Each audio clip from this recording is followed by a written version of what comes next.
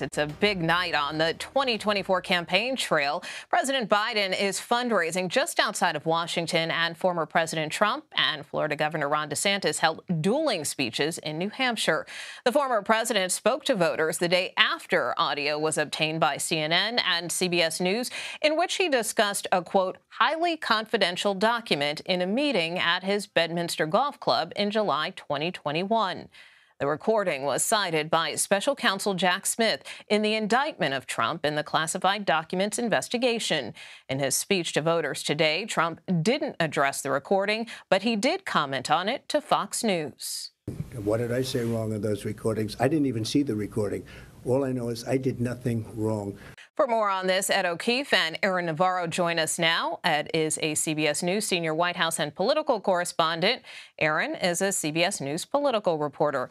And Aaron, I want to start with you. I know the former president seemed to play down these recordings, but let's take a listen to what he actually said on tape back in 2021 when he appeared to be discussing these sensitive documents related to Iran.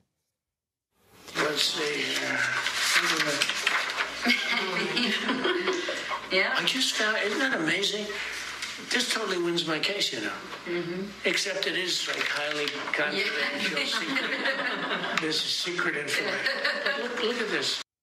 Of course, before his comments today, he had previously said that he was discussing newspaper and magazine stories. Does this recording contradict that? And could this be damaging for him politically? Well, politically in the short term, it seems to help him. We've seen in poll after things like these reports drop, he gets a spike. You know, his base gets really animated. But long term, what I'm watching for is there voter fatigue? I've seen this in bits and pieces on the trail. People saying not so much the merits of these cases, but that they think the legal problems Trump has will make him less electable in the general election.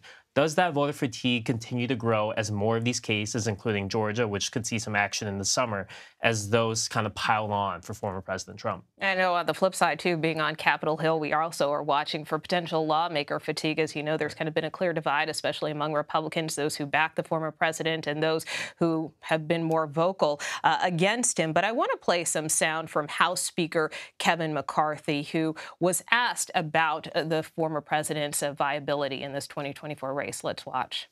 The question is he the strongest to win the election? I don't know that answer, but can anybody beat Biden? Yeah, anybody can beat Biden. Can Biden beat other people? Yes, Biden can beat him. Now, McCarthy, up until now, has been a pretty loyal defender of the former president. Is this a sign that he may be on the fence? Does he have a point here? Well, when you ask Trump's biggest challenger, former Florida Governor Ron DeSantis, and you point out the gap between him and Trump in the polls, he points to these swing state polls where he may either tie with President Biden or beat President Biden while Trump is losing. And that is kind of the general election argument that McCarthy is alluding to, and many Republicans in general are kind of worried about when it comes to Trump. And is DeSantis, you know, the clear option? It seems that answer is wavering a bit, but that seems to be the question for the rest of the field. And Ed, President Biden has tried to steer clear of the former president, but another former commander-in-chief was at the White House today, former President Barack Obama. Why was he there?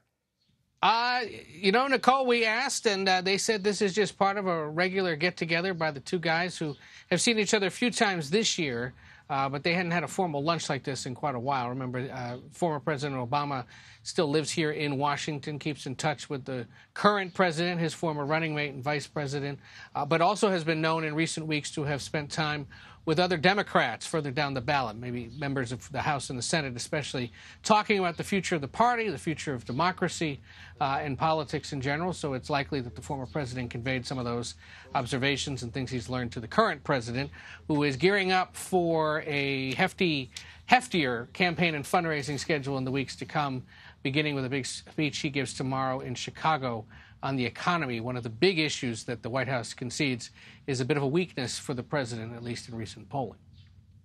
And Aaron, turning back to you, former President Trump also was campaigning in New Hampshire today, where he addressed a prominent women's group. You also had Florida Governor Ron DeSantis, who happened to be there and was holding a competing event. So let's take a listen to what both of them said on the trail. Now we are approaching the most important battle of our lives. I believe this is the most important election we've ever had, maybe by far. I used to say that in 2016 and meant it. This is more important right now because our country is going to hell. I think the idea of draining the swamp, in some respects, I think it misses it a little bit. Because we didn't drain it. It's worse today than it's ever been, by far. And that's a sad testament to the state affairs of our country. But even if you're successful at draining it, the next guy can just refill it. So I want to break the swamp. That's really what we need to do. So it seems like the Florida governor trying to take a little bit of a dig at the former president. But in terms of their joint appearances, I mean, was this all just a coincidence here? Well, I would point out Nikki Haley as an event to Vivek Ramaswamy. It's just that season now for New Hampshire. But it is notable. I mean, this women's group in New Hampshire put out a statement when DeSantis announced his town hall today, kind of condemning him for holding it as the same day as their big event.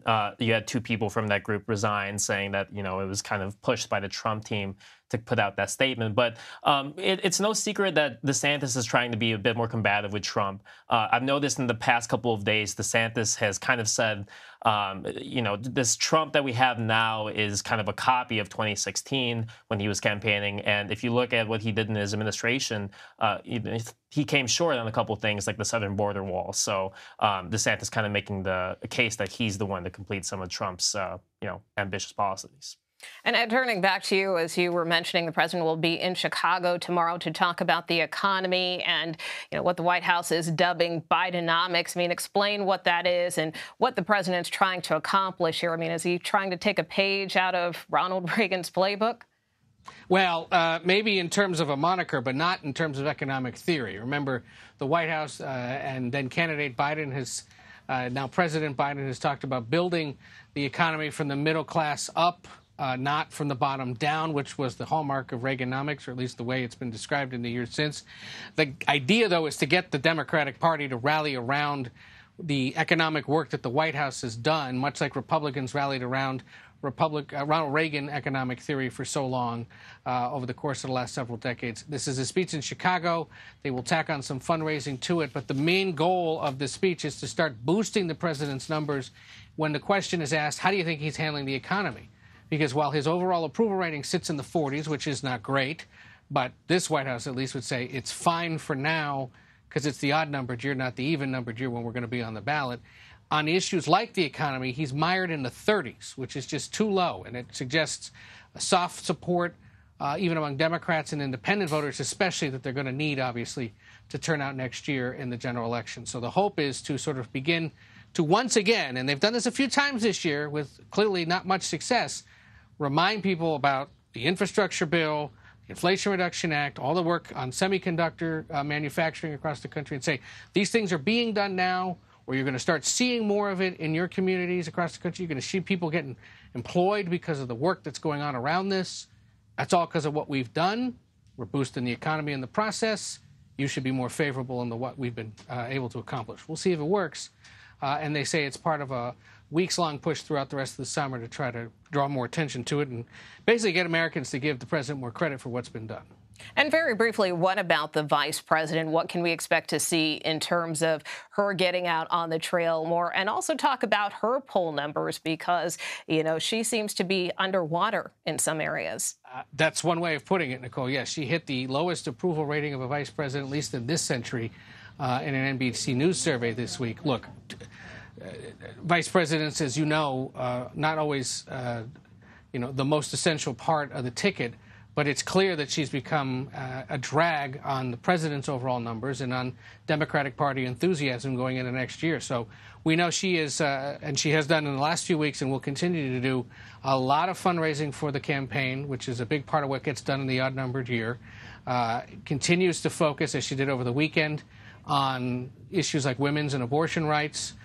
Likely will be deployed if there are contrary decisions to the administration's view on affirmative action or the student loan forgiveness program later this week, and is somebody that they're going to continue to deploy in strategic ways to sort of shore up the base, meet with the constituencies within the party that are going to be most needed. She was in New York yesterday for a fundraiser, but also stopped at the Stonewall Inn there in Greenwich Village to celebrate gay rights. Those kinds of events to hopefully and ultimately boost her numbers. All right, Ed O'Keefe and Aaron Navarro, we thank you so much.